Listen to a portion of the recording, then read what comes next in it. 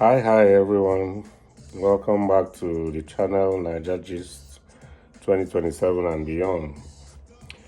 It's a cool Friday evening here, so thank God it's Friday. Take it easy this weekend. Jeje, as we say in Nigeria. Drink responsibly, and if I must advise, use the weekend and rest well. It's very hectic during the week these days, the way the world is going. So, yeah. Welcome back to the channel Naija Gist 2027 and beyond. Today we are going to be talking about the Benin Kingdom. Yes, the Benin Kingdom. I think in the news last week or this week, there was a case of a museum that was built in Benin City, and on the day of opening the museum, we were told that Benin youth stormed the place to disrupt the opening. They had some grievance with the artifacts that were to be exhibited there. So today we are talking about the Benin Kingdom. And we'll give a little bit of insight into the Benin Kingdom, as we know. The Benin Kingdom, centered in present-day Edo State of Nigeria, is one of Africa's most sophisticated and enduring pre-colonial civilizations, founded over 1,000 years ago. Yep, over 1,000 years ago. It grew into a powerful empire under the divine leadership of the Oba, whose authority shaped politics, spirituality, and culture. Benin Kingdom is renowned for its advanced governance, urban planning, and astonishing artistic mastery. Benin produced world-famous Benin Bronzes, intricate bronze, brass, ivory works that documented royal history, rituals, and warfare with a precision Europe couldn't match at the time. You heard me. At the time, even Europe wasn't as modern as the Benin people. So it tells you that we all know that civilization started in Africa. Forget what the white man turned our history to. By the 15th and the 16th century, Benin City was thriving diplomatically and commercially, as a commercial hub, engaging Portuguese traders while maintaining strict control over economic and cultural life. Its massive earthwork, walls, and moats stretching thousands of kilometers were once considered the largest earth-moving project on Earth. That is Africa, proudly Naija. The kingdom's power was violently disrupted in 1897 when British forces invaded, looted its treasures, and exiled the Oba. Yet the Benin Kingdom's legacy survives in its monarchy, its art, its rituals, and in the enduring pride of Edo people worldwide. A civilization of steel discipline, royal order, artistic brilliance, and unbroken identity. So these are what the Benin Kingdom is about. So today we are going to be discussing the Benin Kingdom. And the title of today's podcast is The Bronze, Bloodlines, and Big Money. The Benin Bronzes, MOWAA, and Nigeria's Identity Wars is what we're going to be discussing today. As always, my name is Mark Johnson. Welcome to today's episode. So we'll get right into it. Benin City, as we know, is a place where history is not dead.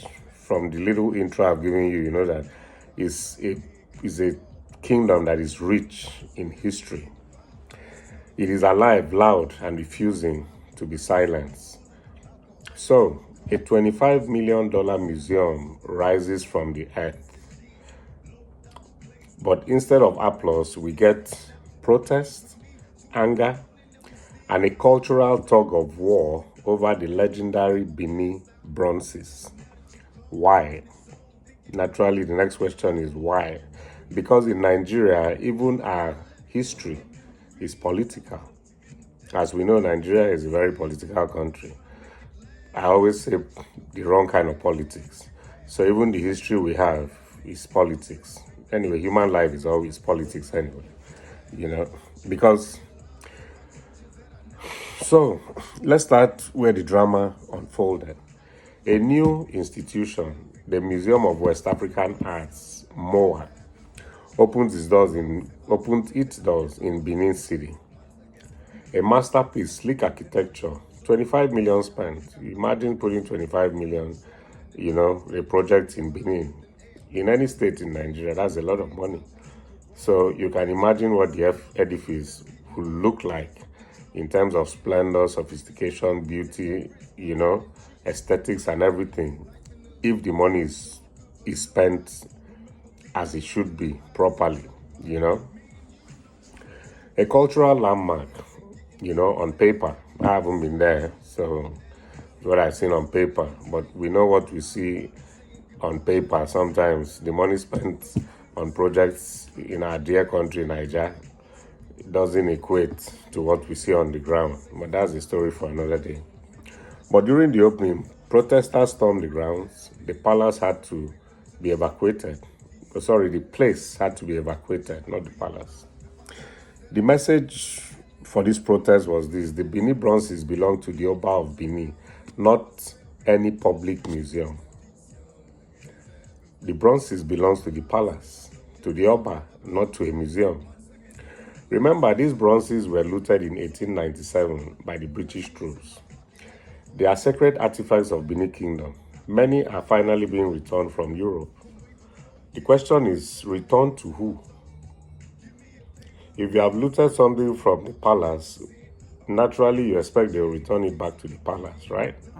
So the question is, returned to who? Is it returned to the Oba? Is it returned to the state? Or is it returned to the museum? And that's where the fire started. This conflict is not random. It is heritage versus bureaucracy, royal authority versus institutional ambition. The palace says these bronzes are royal heirlooms. Spiritually, historically, legally, they belong to the palace. The museum is saying we can preserve, we can conserve, and showcase them professionally. Both statements are true. But there's only one battlefield here.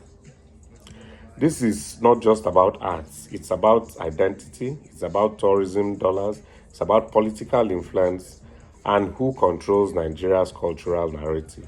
That is what this is about. Why is this happening now? Because the world is finally returning stolen artifacts to Nigeria. That's why it's happening. In 2025, the Netherlands returned 119 bronzes, the largest European repatriation so far. Germany, the UK, and others are negotiating returns or loans. Returns or loans.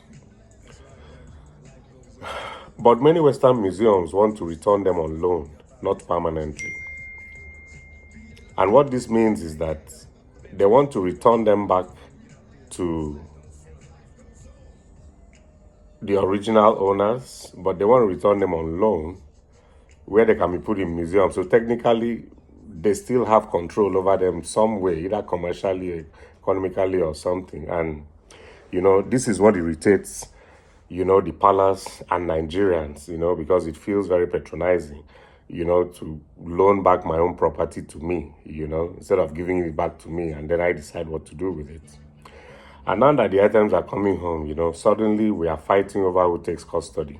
The palace, the state, the curators, This is the Nigerian version of a global debate. Who gets to own the past? And in all of this, there's money, there's power, there's politics. So let's talk the money part of it. Because nothing in Nigeria is complete without it. Without money. MOWAA cost around $25 million. Whenever you mix culture, big budgets, and political influence, tension will always follow. Some people believe MOWAA was built more for prestige and political clout than genuine community engagement.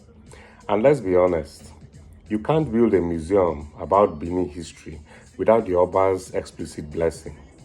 How is that going to work? That's like building a mosque without talking to the imam.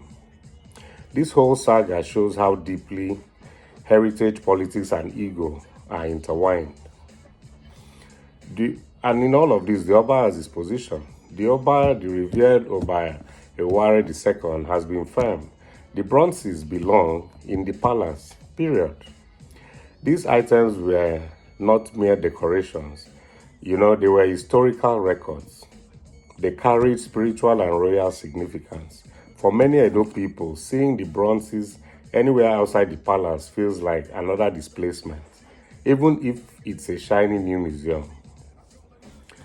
And this comes with a lot of risks and opportunities.